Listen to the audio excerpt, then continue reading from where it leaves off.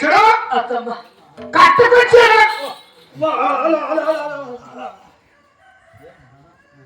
కట్టుకొని చేరి నన్ను సోమరిపోయాను కాబట్టి నీకు ఒక ఆటగట్టలేడే 12 మూర్చలు కట్టాలి. ఆయన కూడా 12 మూర్చలు కట్టి ఆ తాటేగులు ముడిసలో వస్తే నీకు విలువ ఉంటుందని అదే నీకు 6 మూడు తొప్పుడు సరిగించి ఆ ఊరుకు